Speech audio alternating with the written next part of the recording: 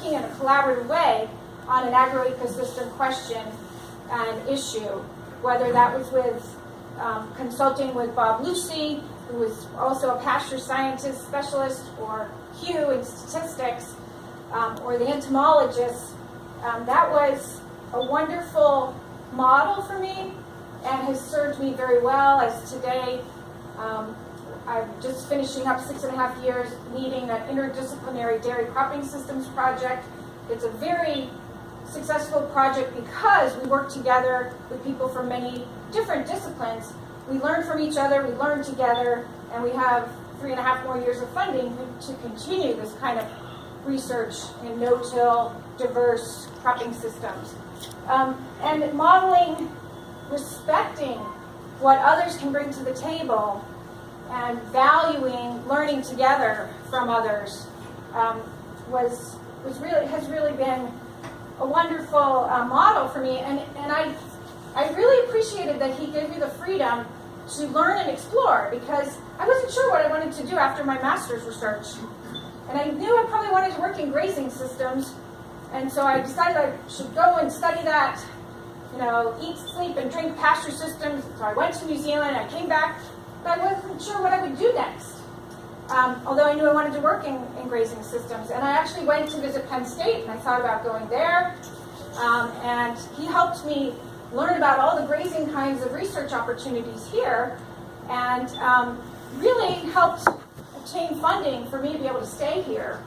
And I ended up doing my research on a commercial dairy farm in Dryden that was pretty innovative to do on-farm research for your PhD work.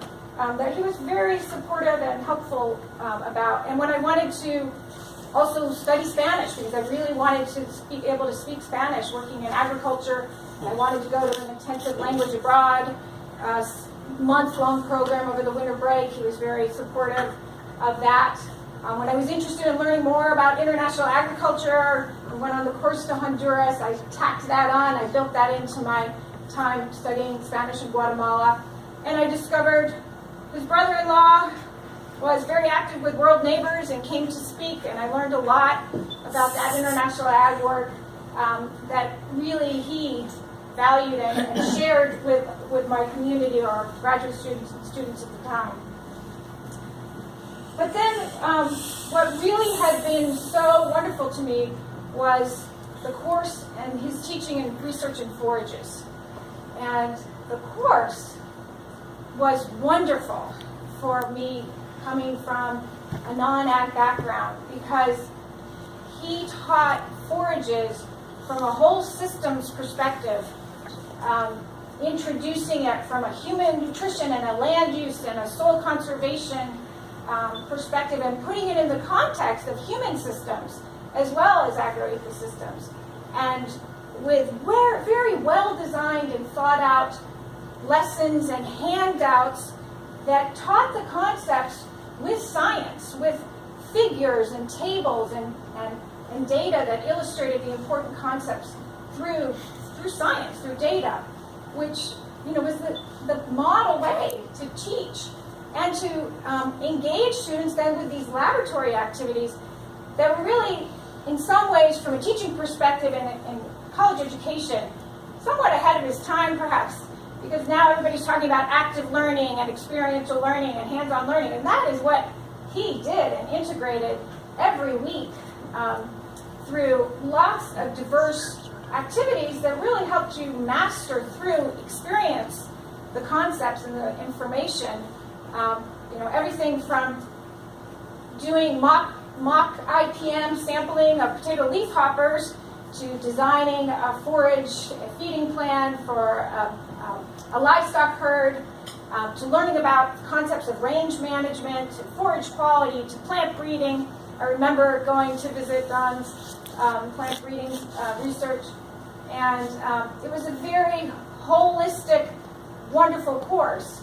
And I found many of the things that I did when I started teaching and had to develop new courses were influenced by the model that Gary set, and I integrated and got out my notebooks and said, I'm going to do this exercise that we did because it was so valuable for helping me learn the principles of IPM, or I'm going to use these simplified key factors to teach students how to identify all the forages and the seeds.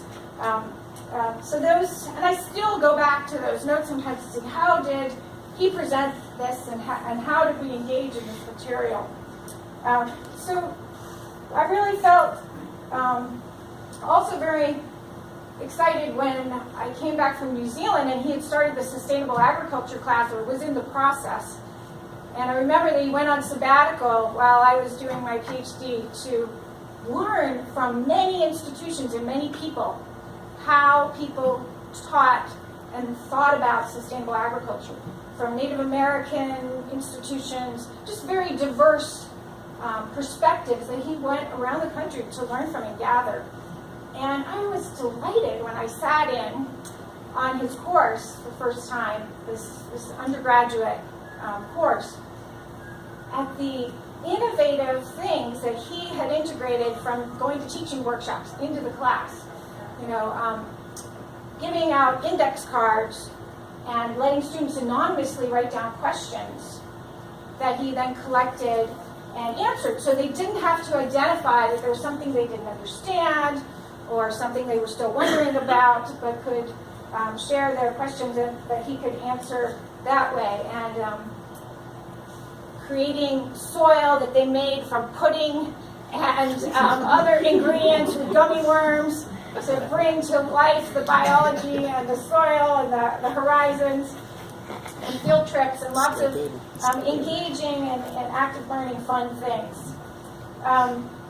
So I really felt that when I wanted to think about what kinds of teaching I wanted to do and how to approach doing both teaching and research, because of how he had mentored me in how to approach agricultural scientific research, what were wonderful guiding principles and models that his scholarship that I could observe over the time I was able to be here was a wonderful model, and also a wonderful model for how to mentor, to let students explore their passions and really blossom into the kinds of interests and goals that they had, and to be very respectful to what you could learn from others and consulting with and working with others, as well as to bring real expertise and science-based knowledge to any kind of interdisciplinary project or to any kind of discussion, which I still recall.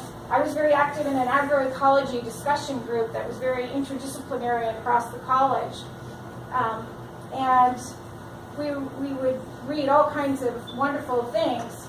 And I recall inviting him to come to discuss one of the leading papers on biodiversity and the effect of biodiversity on ecosystem stability by Tillman. And his insights about C4 and C3 grasses and grassland ecology totally turned that discussion and helped people have completely new insights and understandings from that agroecology perspective that nobody else could have contributed to that new enhanced understanding of that literature. And that was wonderful because, one, he was always open to interacting and thinking about agroecosystems and ecology and scientific research with other scientists, but came to this with a very strong grounding and knowledge base that was a very important contribution to the discussion and to the work.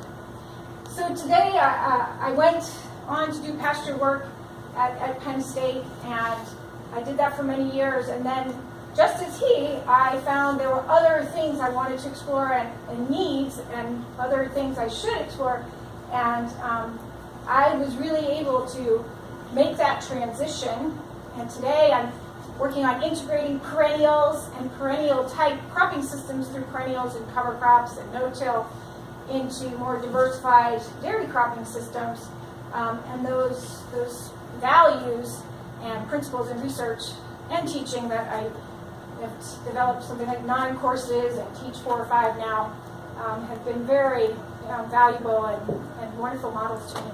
So I thank you and your family, who are always very welcoming. I remember having some dinners at your house also, and working.